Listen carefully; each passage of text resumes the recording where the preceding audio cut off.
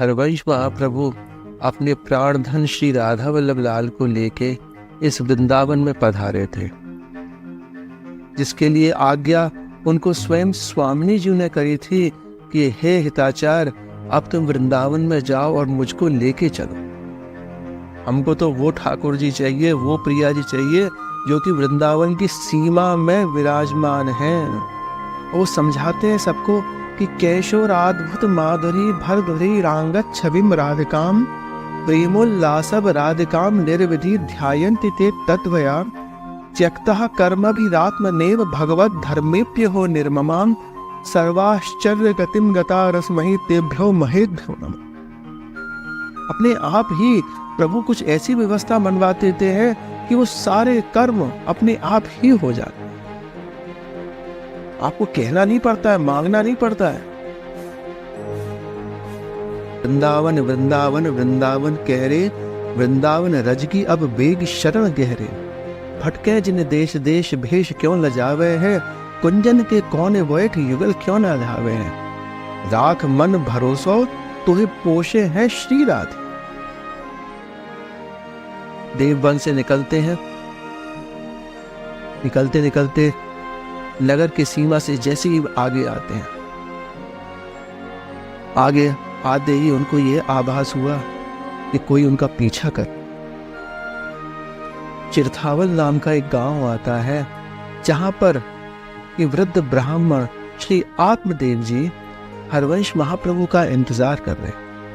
समीर में कुछ अलग सा ही प्रेम, अलग सा ही राधा नाम की माधुर्यता उसमें बसे हुई।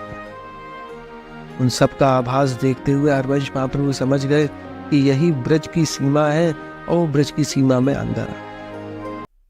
वृंदावन प्राकट्य उत्सव की सुंदर बेला निकट आ रही है।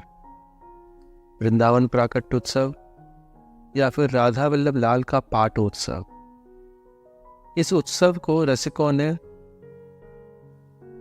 उत्सवों का तिलकोत्सव कहा है, जो कि कार्तिक सुदी 13 के दिन मनाया जाता है।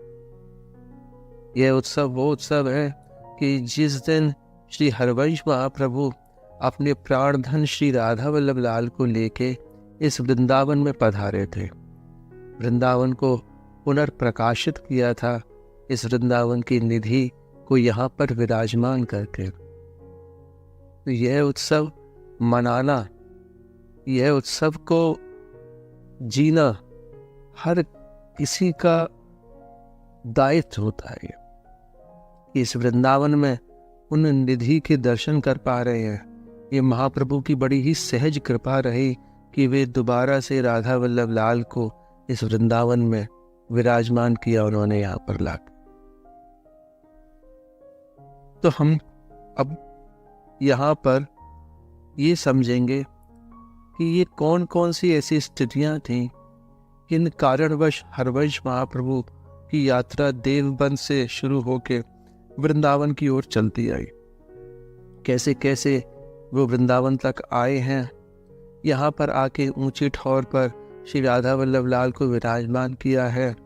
ब्रजवासियों ने, वृंदावन ने श्री जी का किस तरह से अपनी बाह पसार के उनका स्वागत किया है, इन सभी चीज़ों को हम लोग यहाँ पर आज देखेंगे।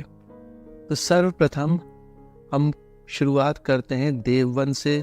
जब महाप्रभु प्रस्थान करते हैं तो उनके मन में थोड़ी सी विचलितता आ गई। वहाँ पर स्वतः ही उनका मन प्रियाजू की आज्ञा के बाद में वृंदावन जाने का करा और वे सब कुछ छोड़कर देववन से वृंदावन की ओर निकलने का उन्होंने निर्णय लिया।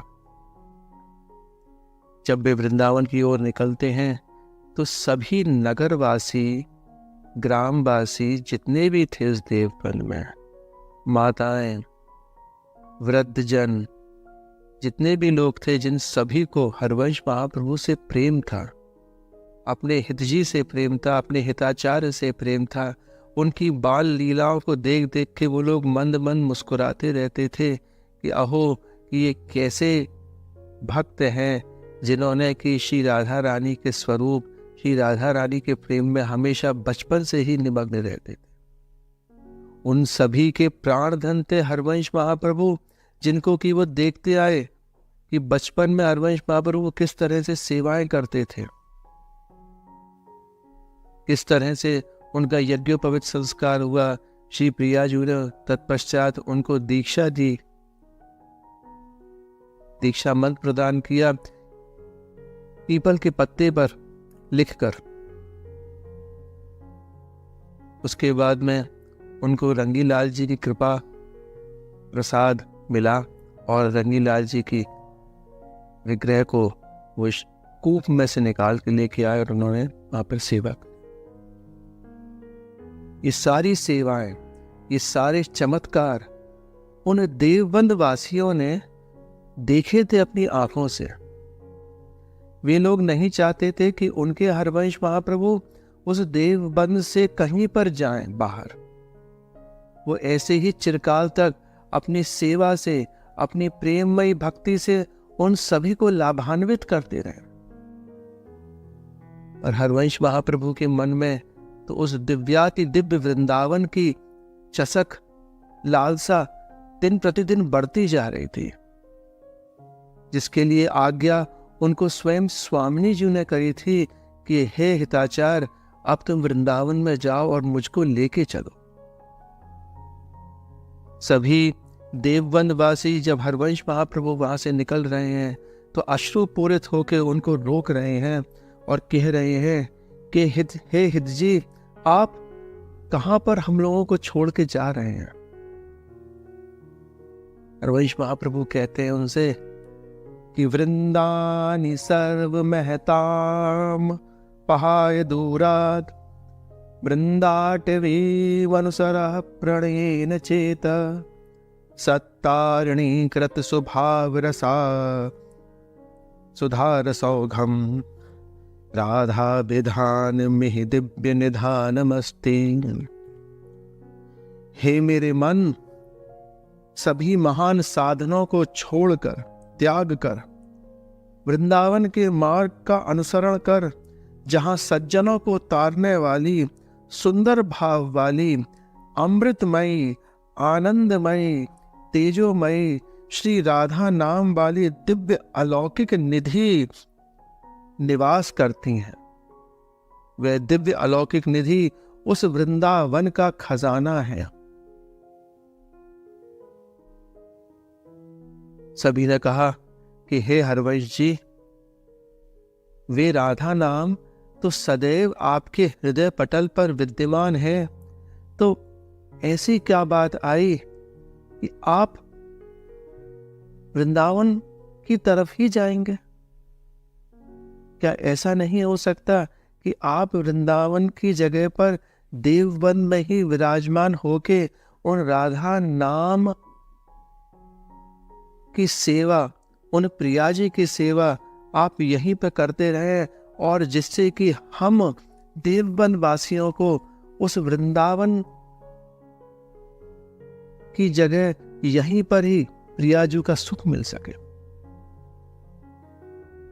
हरवंश महाप्रभु सैद्धांतिक दृष्टि से कहते हैं कि यद वृंदावन मात्र गोचर महो यन्न स्तुति कम शिरो,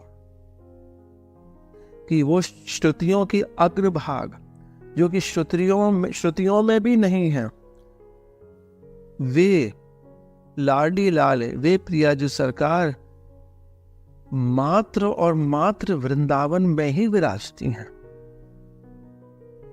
देखिए, ये दृष्टांत आज जो हम सुन रहे हैं ना, इससे हर किसी को लाभ होगा जिसके मन में वृंदावन वास की लालसा है। आप ये देखिए यहाँ पर कि वहां प्रभु के मन और चित्त उनका कितना विह्वल था प्रियाजू को पाने के लिए, इस वृंदावन धाम को पाने के लिए, उनकी चरण रज का आश्रय लेने के लिए। जब इतनी विकलता होती है, जब इतनी विह्वलता होती है, तभी जाके इस वृंदावन का वास मिल पाता है, वृंदावन की कृपा से और प्रियाजू की कृपा से। ऐसे नहीं कह दिया उन्होंने कि यद वृंदावन मात्र गोचर महो यन्न स्तुति कम शिरो, कि एकमात्र वृंदावन में ही और वृंदावन में ही वे मिलेंगे और कहीं नहीं मिलेंगे, क्योंकि वो स्वयं वृंदावन को छोड़ के कहीं नहीं जाते हैं।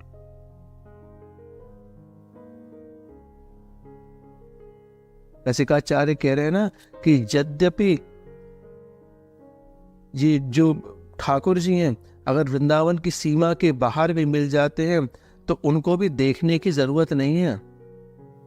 हमको तो वो ठाकुर जी चाहिए, वो प्रिया जी चाहिए जो कि वृंदावन की सीमा में विराजमान हैं।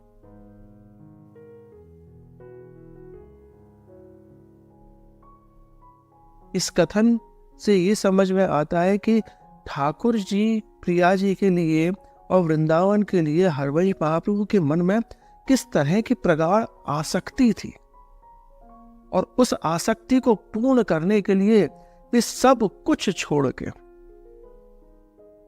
देववन से वृंदावन की ओर चले। किसी ने कहा कि हे हित जी, यहां पर आपका पूरा बसा हुआ गृहस्थी है, बहू जी हैं यहाँ पर, आपके बच्चे हैं यहाँ पर, पूरा घर है, सब कुछ चीज सारा यश है यहाँ पर, तो इन सबको आप त्याग के आप यहां से कैसे जा सकते हैं? देखिए, बहुत बड़ी बात होती है सब कुछ चीजों को त्याग कर इस वृंदावन को छोड़ के जाना। हरवंश महाप्रभु कहते हैं सुधा निधि जी में, और देखिए एक चीज समझिएगा, ये जो हम बीच बीच में सुधा निधि के रेफरेंस दे रहे हैं, ये चीज ये बता रहे हैं कि हरवंश महाप्रभु ने जो आचार्यत्व प्राप्त किया, उस आचार्यत्व का मतलब क्या है कि सबको ये दिखाना कि जो मैं कह रहा हूं वो मैं कर भी रहा हूं। आचार्य का क्या मतलब होता है? आचार्य जिसके कि आचरण का आप अनुसरण करें, वो आचार्य। तो हिताचार्य ने जो चीजें कही उन्हीं सब चीजों को करा, और हम लोगों का कर्तव्य भी यही रहता है कि उन्हीं आचरणों का अनुसरण करते हुए इस प्रेम लक्षणा भक्ति के पथ पर हम लोग अग्रसर। जब उनको देववनवासी कह रहे हैं कि हे हिताचार्य, आप अपने धर्म को यहां पर छोड़ के जा रहे हैं,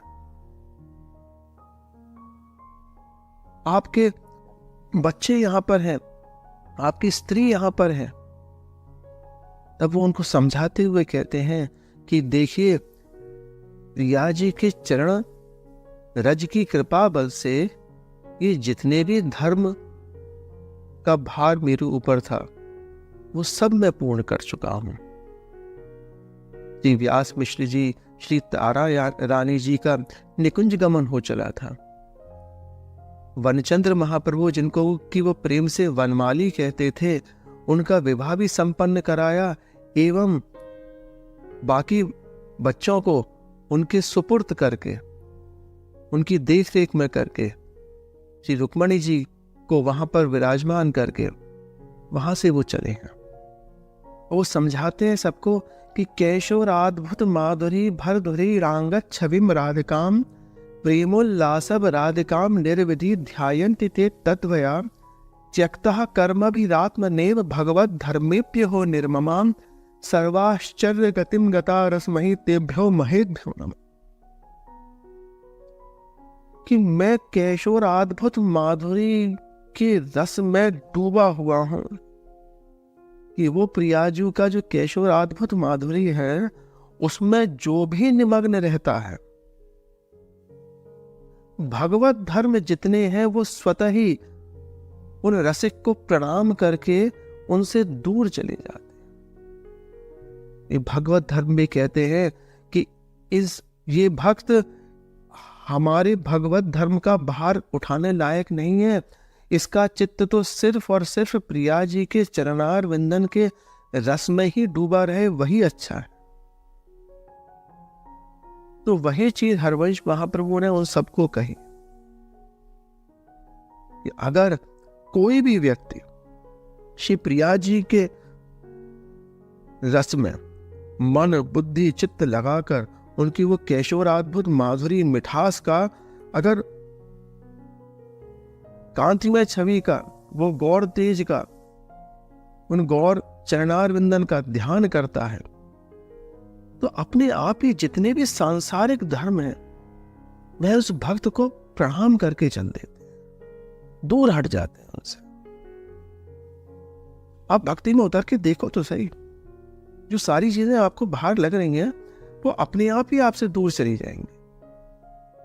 अपने आप ही प्रभु कुछ ऐसी व्यवस्था मनवा देते हैं कि वो सारे कर्म अपने आप ही हो जाते हैं। आपको कहना नहीं पड़ता है, मांगना नहीं पड़ता है। अगर आप कहेंगे और अगर आप मांगेंगे उनसे, तो वहां पर आपकी भक्ति नहीं है।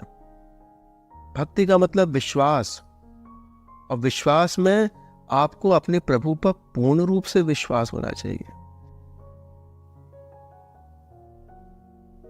महाराज किशोरीलाल जी कह रहे हैं ना, गोस्वामी जी कहते हैं कि वृंदावन वृंदावन वृंदावन कह रे, वृंदावन रज की अब बेग शरण गहरे, भटके जिन देश देश भेष क्यों लजावे है, कुंजन के कोने बैठ युगल क्यों न धावे है, राख मन भरोसो तुहे पोषे हैं श्री राधे। कि वृंदावन बड़ा दुर्लभ है। बेगी का मतलब होता है जल्दी से, ब्रजवासी कहते हैं बेगी चल बेगी चल। तो जल्दी से चल के इस वृंदावन की रज का अवगाहन करो, इसमें अपने मन को, चित्त को डुबो अपनी जल्दी से जल्दी। समय नहीं है इस बार, अब की बार बड़ी मुश्किल से मिली है। 84 लाख योनि कैसे कैसे काटी होंगी इस मानव योनि को पाने के लिए। इसी का अनुसरण हरवंश महाप्रभु कर रहे हैं, और सब कुछ छोड़ते हुए आज वो देववन से निकल दी हैं। और देववन से निकलते में हर किसी के मन को सांत्वना भी दे रहे हैं कि नहीं नहीं, चिंता नहीं करो। जिस रस में मैं डूब रहा हूं, जिस रस में डूबने में जा रहा हूं उस वृंदावन में, निश्चित आप सबको भी वो रस में डूबोगे आप। वो एक आशीर्वाद स्वरूप देके जा रहे हैं।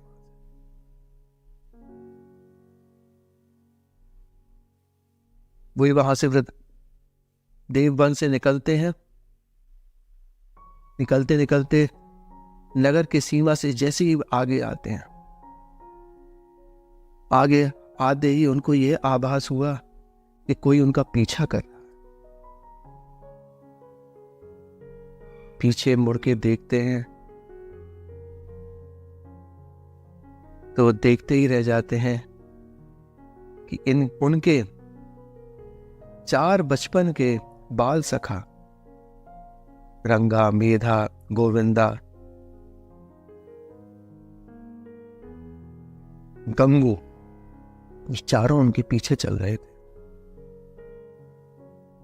अश्रुपात कर रहे थे, महाप्रभु से कुछ कहना चाह रहे थे। कंठ उनका भरा हुआ था, आंखों में से आंसू बह रहे थे उनके,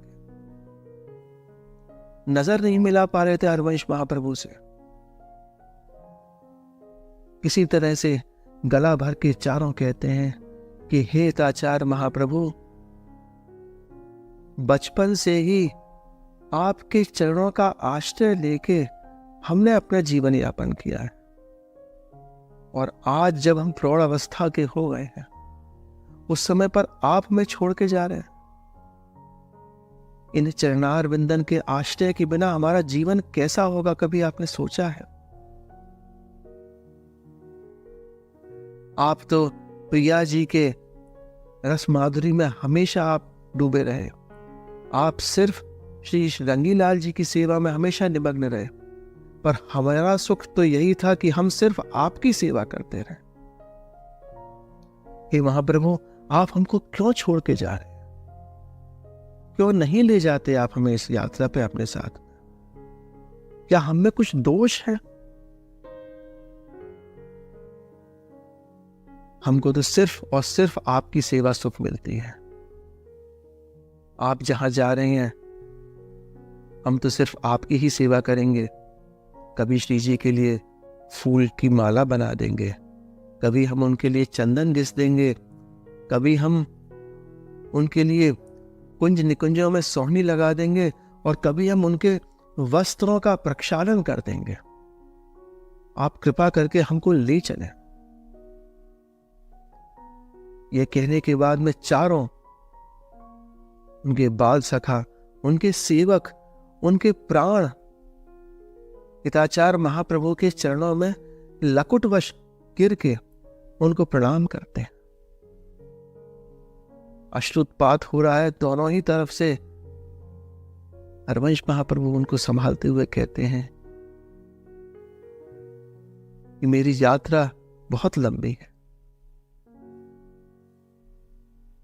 आपको साथ में रखकर श्री जी की सेवा का सुख देकर मुझको भी प्रसन्नता रहे।